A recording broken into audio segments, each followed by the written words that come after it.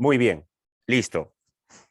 Entonces entra el segundo gobierno de Castilla, ¿no? Hemos hablado del primer gobierno de Ramón Castilla con la realización del primer presupuesto. Se da la ley chinesca, la inmigración china, el pago de la deuda externa e interna por la gran cantidad de dinero que ingresaba a las arcas fiscales y se da el comercio del guano a través de las consignaciones. Después, constitucionalmente, se convoca a elecciones y entra Echenique. Echenique aprueba la ley de la inmigración europea y se produce el escándalo de la consolidación, ¿no? Casos de gran corrupción a gran escala de altos funcionarios públicos que se aprovecharon por el pago de la deuda interna, ¿no? Aprovechándose de esta ley que se dio por el pago de la consolidación. En el gobierno de Echenique se produce el golpe de Estado y el golpe de Estado fue llevado a cabo por el mariscal Castilla. Y acá se produce el segundo gobierno de mariscal Castilla, ¿no? 1854 a 1862. Aquí él, entre todas las obras que se dio, bien, las más importantes fue la ley de la manumisión de esclavos. ¿Qué cosa es la ley de la manumisión de esclavos? Significa que iba a comprar la libertad de los esclavos que trabajaban en las haciendas. Bien, pero los hacendados no querían soltar a sus esclavos porque era un bien preciado, era un objeto que había sido comprado a través de dinero, a través del intercambio de dinero. Bien, así que Castilla tuvo que pagar la libertad de todos los esclavos y había mucho dinero, alumnos, mucho dinero para poder pagar la libertad de los esclavos, ¿no? Los hacendados no querían soltar. ¿Pudieron haberlo hecho? Sí, porque si era un decreto del presidente, los hacendados tenían que aceptar esa ley.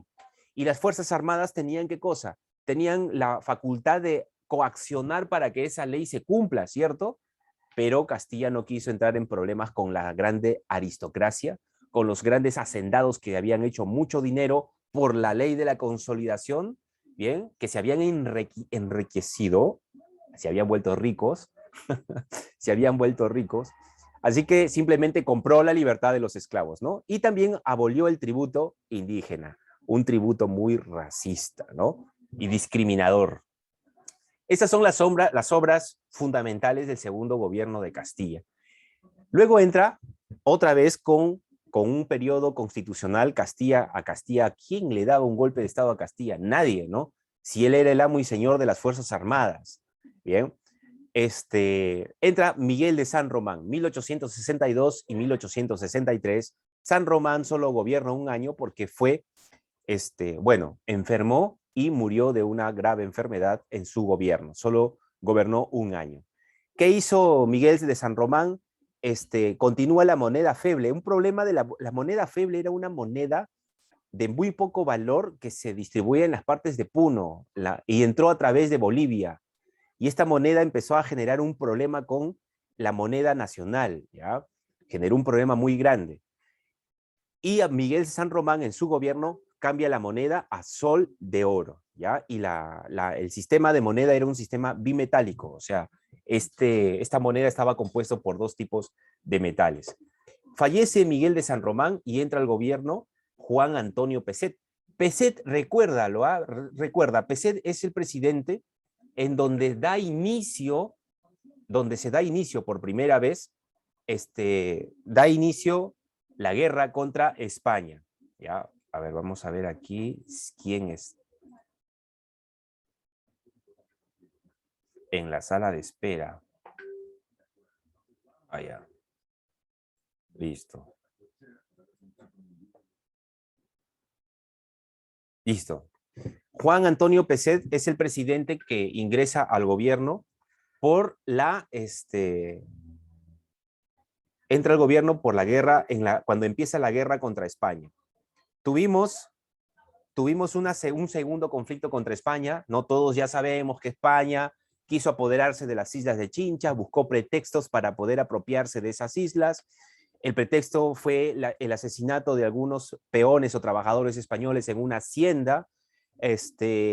Peset acepta a un comisario regio, con el título de comisario regio, un funcionario español que bajó de los barcos que estaban anclados en el Callao, fue recibido con ese título y se firma, Juan Antonio Pezet se firma el Tratado Vivanco y Pareja, ¿ya? El Tratado Vivanco-Pareja fue un tratado muy lesivo y nocivo contra el Estado peruano, porque España solicitaba el pago de la indemnización. El Perú había quedado con una deuda con España, porque uno de los puntos del tratado o uno de los puntos de la capitulación de Ayacucho era que el Perú tenía que pagar una indemnización a España por todos los gastos que se generó por la guerra de la independencia, ¿no? Y se firmó este tratado, esta capitulación, entonces España regresó para exigir el pago de esa deuda. Claro, el Tratado Vivanco-Pareja establecía que el Perú se iba a encargar de pagar esa deuda, ¿no? Y que le iban, y a cambio, y para poder garantizar ese pago, España se iba a apropiar de las islas de Chincha. Se firmó el Tratado Vivanco-Pareja, ¿no? Y ese tratado fue suficiente para dar un golpe de Estado a Juan Antonio Pezet, entrando el general Mariano Ignacio Prado. Recuerda, Mariano Ignacio Prado entra a gobernar aquí, luchan contra los españoles los derrotan, los vencen, e inmediatamente Mariano Ignacio Prado convoca a elecciones y el resultado fue el ingreso de José Balta, ¿ya? Mariano Ignacio Prado, en su primer gobierno, él lucha contra los españoles, pero luego vamos a ver más adelante a este señor, Mariano Ignacio Prado, con un segundo gobierno. ¿Ah? Y este fue el presidente en donde se desarrolla la guerra con Chile, ¿ya? La guerra con Chile. Veamos qué pasa con José Balta. José Balta entra entre los años 1868 y 1872. Acá se celebra el contrato, a ver, carambas, ya.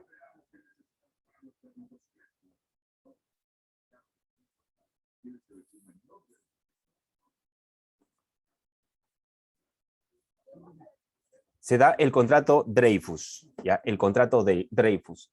El contrato Dreyfus es un contrato por la venta del guano, por si acaso, ¿ya?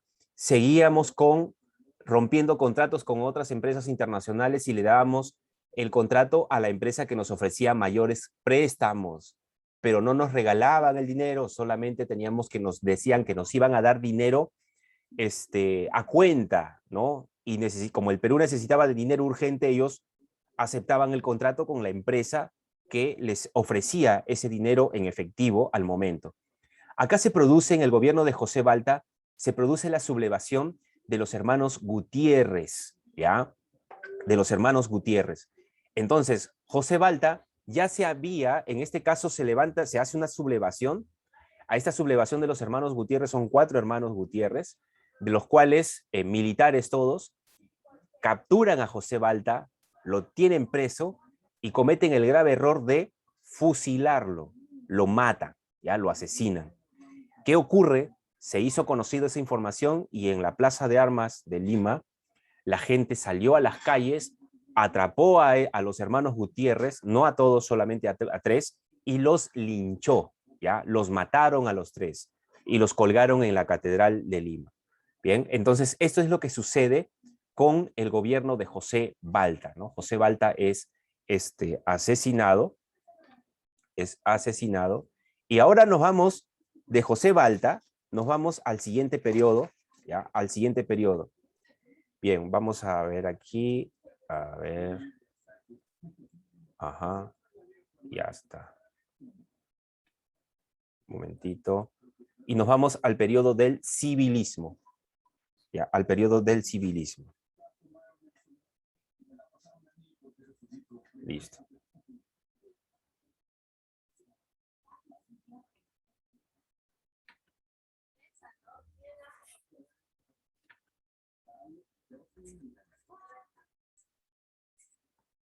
El civilismo. Ahora, ¿qué pasa con el... No, no, así mejor, ¿ya? Vamos a hacer así.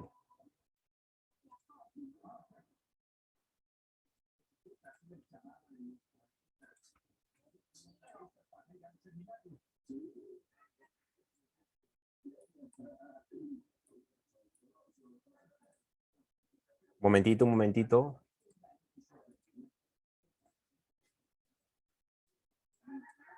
Ya está.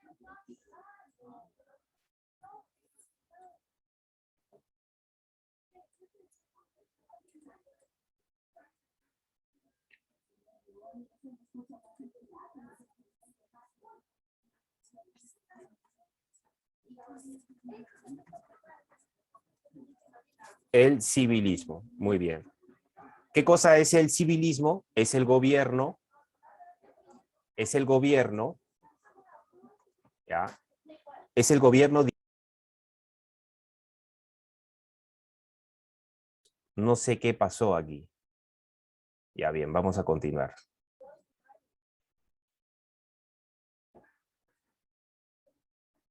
Listo.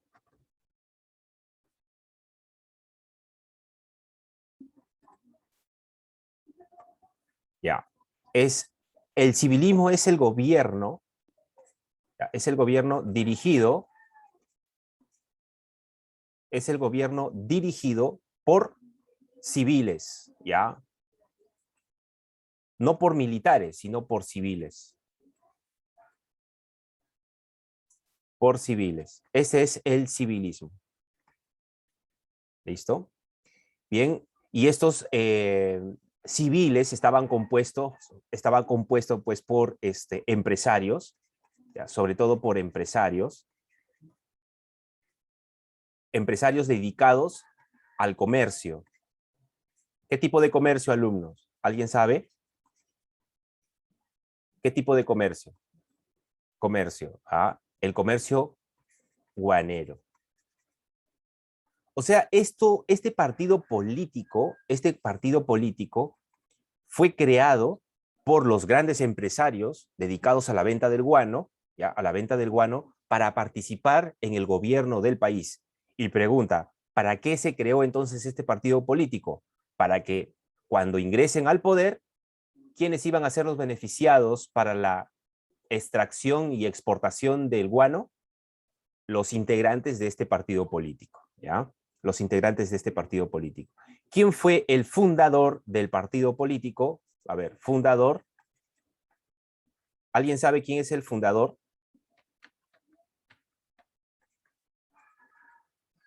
El fundador,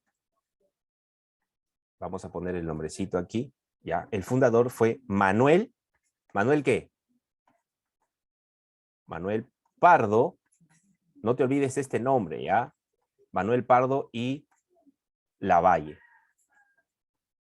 Ya, Manuel Pardo y Lavalle. Él fue el fundador del partido político que se da pues entre los años 1872,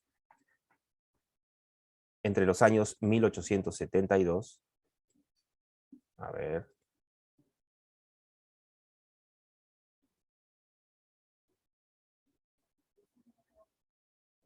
y 1876. ¿Por qué pongo esta fecha? Porque en este periodo, él entra como presidente de la República, ¿ya? Él entra como presidente de la República. Es conocido como el profeta, es conocido como el profeta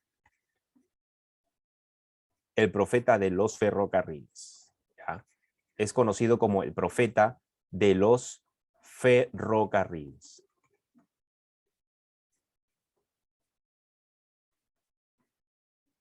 Listo. Estás copiando conmigo, ¿no? ¿Ya? En este gobierno se produce la crisis económica. La crisis económica. ¿Ya? ¿Cuáles son los acontecimientos que se dieron en esta crisis? ¿Cuáles fueron estos acontecimientos? Vamos a ver acá. Bien, cuando entra Manuel Pardo a Lavalle a la presidencia, él fue el fundador y fue el líder político que llegó democráticamente a la presidencia, ¿no? Manuel Pardo Lavalle no era militar, por eso a esta etapa de la historia peruana se le conoce como el civilismo, porque los que gobernaban no eran militares, sino era la gente civil, ¿no? Las personas o líderes políticos y empresarios preparados y capacitados. ¿Qué teníamos aquí?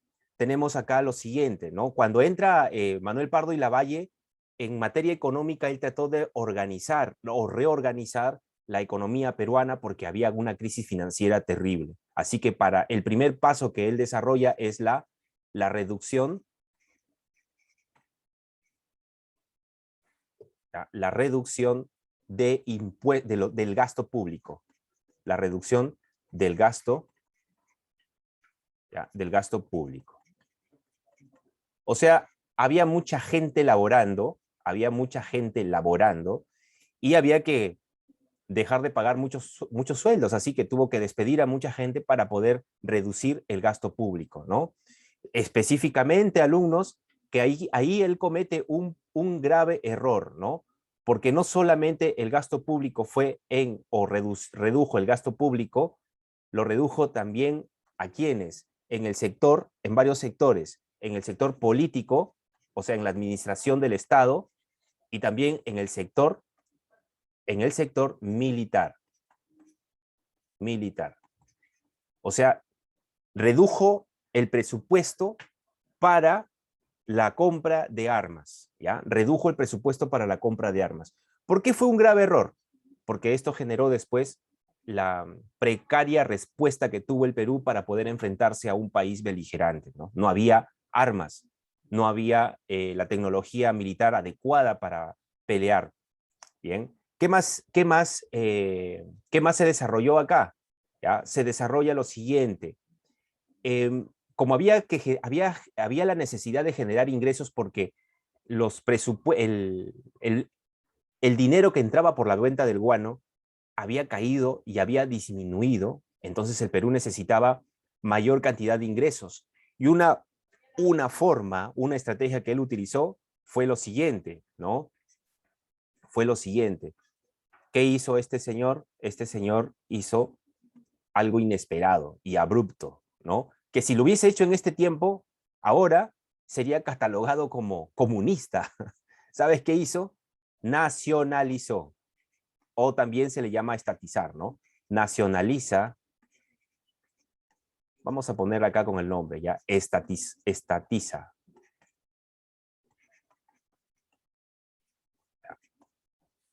Estatiza, ¿qué cosa? La salitrera. La salitrera de Tarapacá. ¿Y quiénes eran los dueños? Tarapacá. ¿Quiénes eran los dueños de esta salitrera? Ingleses y chilenos. Por eso fue la, digamos, la enemistad que hubo o el problema que hubo con Chile, ¿no? Que Manuel Pardo y Lavalle realiza pues la estatización o nacionalización de las salitreras de Tarapacá en el año 1875. 1875. Y como él ya observaba que había un problema con Chile, ¿no? Viendo esta naturaleza, entonces Perú y Bolivia firman el tratado secreto, o llamado también el tratado de alianza defensiva, ¿ya? De alianza defensiva. ¿Con quién firma este tratado? Este tratado lo firma con Bolivia. En el año 1875. Perdón, esto no fue en el año 1873, no 75. En el año 1873 se firma este tratado, ¿ya? Para poder protegerse de alguna manera si es que Chile decidía invadir o apropiarse de territorio tanto boliviano y peruano. ¿Qué significa este tratado? Este tratado significa que si Chile invadía territorio peruano, Bolivia iba a aliarse con el Perú para expulsar a los chilenos de territorio peruano. Si Chile invadía territorio boliviano, el Perú ayudaría a Bolivia para expulsar a Chile de territorio boliviano. En eso consistía el tratado de alianza defensiva entre Perú y Bolivia, ¿ya? ¿Quiénes fueron los que firmaron para el Perú? ¿Ya? Para el Perú y para Bolivia. Para el Perú y para Bolivia. ¿Ya? Para el Perú lo firmó el diplomático, ya lo firmó el diplomático Riva Agüero. Riva Agüero. Y para Bolivia lo firma, ya lo firma de la Cruz Benavente. Ya.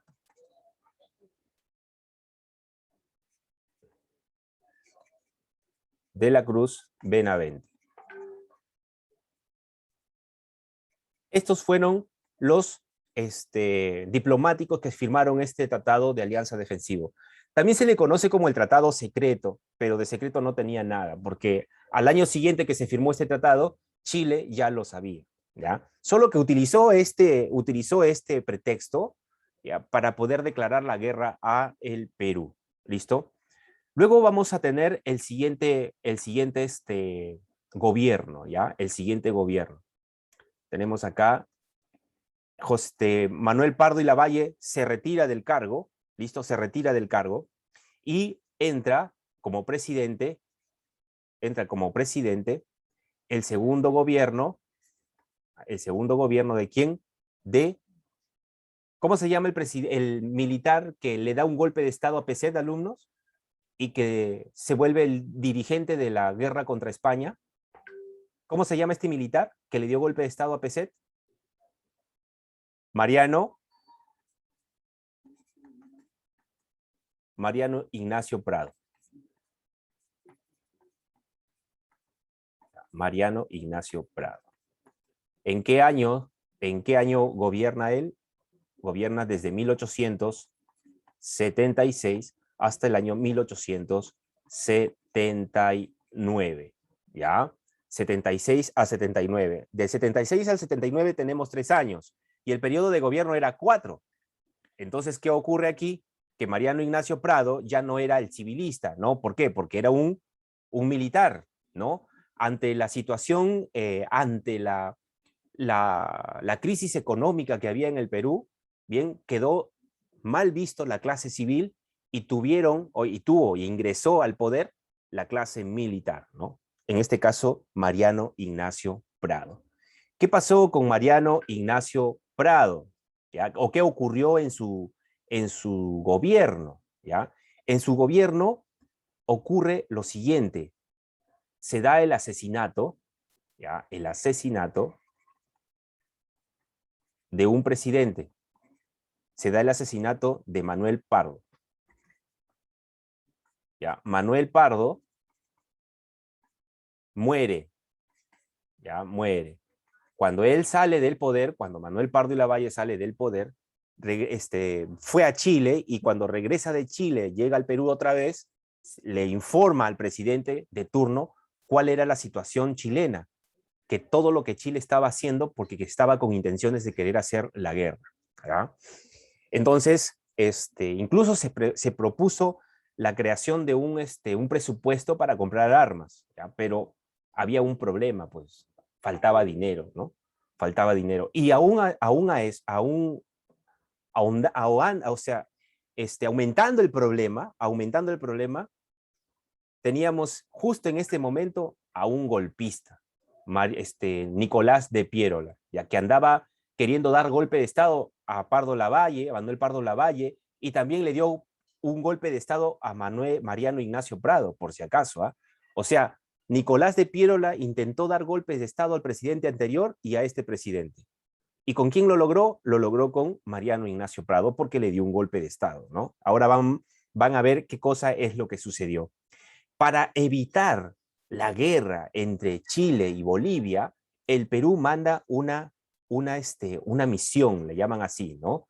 Manda una comitiva a Chile, se llama la misión Lavalle. Este es un familiar del expresidente, como diplomático. ¿Para qué? Para que resuelva los problemas que se habían dado entre Chile y Bolivia. ¿Cuál fue el resultado de esta contienda, de esta misión?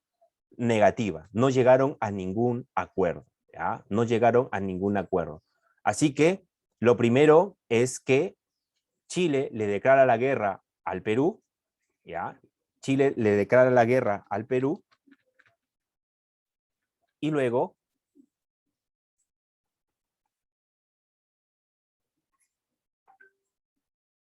Chile declara la guerra al Perú. Y después lo hace con Bolivia. ¿Ya? Lo hace con Bolivia. En este caso, la guerra que le declara al Perú fue el 5 de octubre de 1879, señores. 5 de octubre de 1879 es la declaración de guerra de Chile contra el Perú y luego le declara la guerra a Bolivia. Teniendo en cuenta que el problema surge con quién. Primero surge con Bolivia, ¿no? Surge con Bolivia. Vamos a ver algunos acontecimientos. Vamos a escribir las causas. Ya, vamos a escribir las causas. A ver, las causas. Causas de la guerra.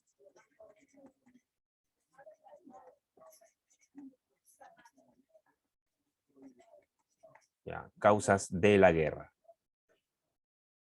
A ver. Vamos por aquí. Listo. Causas de la guerra. Bien. A ver. Una de las causas fueron los 10 centavos.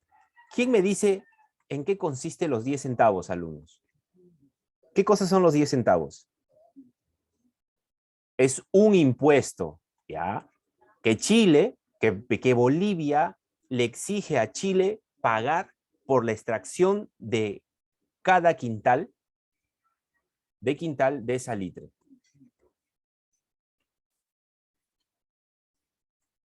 Por cada quintal de salitre, Chile tenía que pagar 10 centavos de impuesto, ¿ya?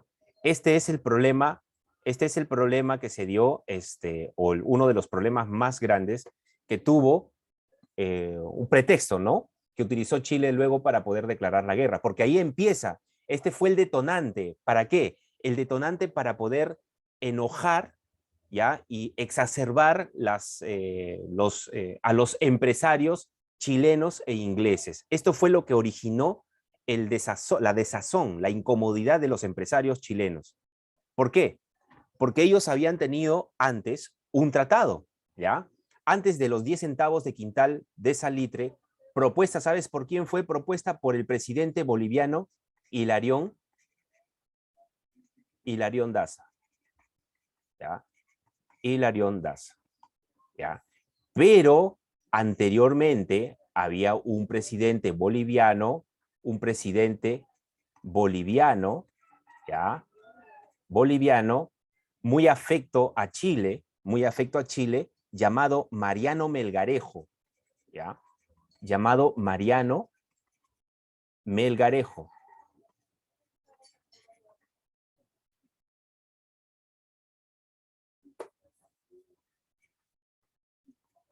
Este señor, Mariano Melgarejo, había hecho un acuerdo, un tratado, ¿ya? ¿Hizo un tratado con quién? Hizo un tratado con Chile.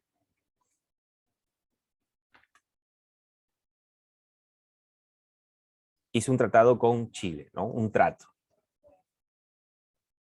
Un trato comercial, ¿ya? Un trato comercial. Ese trato comercial era que Chile iba a explotar los yacimientos salitreros desde el paralelo 23 hasta el 24, al 25, perdón, al 25, iba a explotar esos yacimientos sin pagar impuesto alguno durante 20 años. Ese fue el acuerdo que hizo Mariano Melgarejo, presidente de Bolivia. Y cuando entra al poder Hilarión Daza determina que este tratado era lesivo contra los intereses bolivianos, anula el contrato y le pone un aumento a cada quintal de salitres extraído de territorio boliviano. ¿Cuánto fue? 10 centavos por quintal de salitre, ¿ya? Y este impuesto, como ya lo había mencionado, fue lo que generó el problema con Chile. ¿ya? Con Chile. Bien, combate, bueno, una vez que ya se desarrolla estos acontecimientos, ¿no? Se desarrollan los acontecimientos, una forma, Chile busca el pretexto para declarar la guerra al Perú, bien, y utiliza el tratado secreto firmado por su presidente de ese tiempo. Y le dice al Perú, si ustedes han firmado ese tratado, y Perú dice que sí. Chile le dice, ustedes van a cumplir ese acuerdo, y Perú dice, sí, vamos a cumplir. Entonces te declaro la guerra a ti, ¿no? Y le declaró inmediatamente la guerra al Perú, ¿ya? Aquí vamos a cambiar un pequeño dato. Acá vamos a poner aquí el dato que es el siguiente. El dato es el siguiente, es 5 de abril. El mismo día y mes en el que se celebró el autogolpe de Estado de Alberto Fujimori. Fujimori. Bien. Después de este incidente, procede la nacionalización. Bolivia nacionaliza las salitreras de Antofagasta. Los chilenos reaccionan, reaccionan, pero antes de reaccionar se retiraron, se fueron enojados, se fueron del territorio, pero son respaldados luego por el ejército chileno o por el Estado chileno, ¿no? Y el Estado chileno le dice a los empresarios, oiga, señores, ¿para qué se retiran de ese territorio? Vamos, yo voy a mandar a un ejército para que ustedes se instalen ahí y voy a expulsar a los bolivianos de ese territorio. Y el ejército chileno llega pues a las salitreras Antofagasta, expulsa a los pocos soldados bolivianos que habían ahí y les da la opción a los empresarios chilenos para establecerse ya como dueños de ese territorio. E inmediatamente Chile declara que esos paralelos son propiedad chilena, ¿no? Y Bolivia da un grito al cielo y va corriendo donde su padrino para pedirle ayuda, y el padrino le dice, está bien, voy a sacar cara por ti, y los dos países se involucraron en un conflicto armado que ninguno de ellos estuvo preparado como sí lo estaba el país de Chile. Entonces, para poder desarrollar o para poder enviar, para poder trasladar la tropa hacia territorio enemigo, ¿qué necesitaban? Medio de transporte. ¿Lo podían hacer por carretera? No, no existía ese tipo de transporte por las carreteras, no había esas comunicaciones, ¿ya? La única forma como transportar soldados era a través del mar. ¿Y qué es? Sí, entonces había que tener el dominio del mar, ¿ya? El dominio de las comunicaciones del mar para poder transportar soldados hacia territorio enemigo. Y procede todos estos acontecimientos, ¿no? Uno de los primeros, bueno, las otras eran escaramuzas, pero en la batalla propiamente dicha hubo dos batallas, ¿ah? Hubo dos batallas. Uno fue la batalla de Iquique, y la otra, la batalla perdón, estoy hablando de batalla, combate, combate.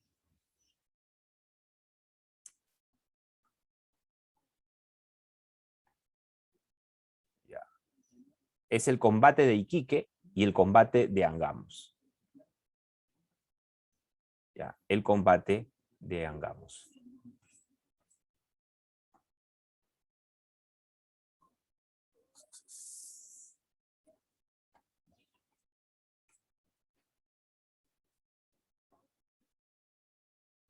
A ver, ¿qué pasó acá?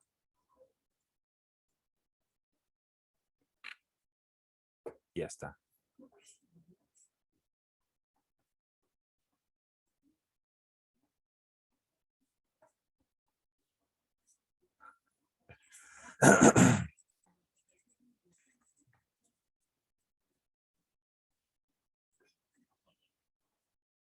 ¿Qué ocurrió en esos combates?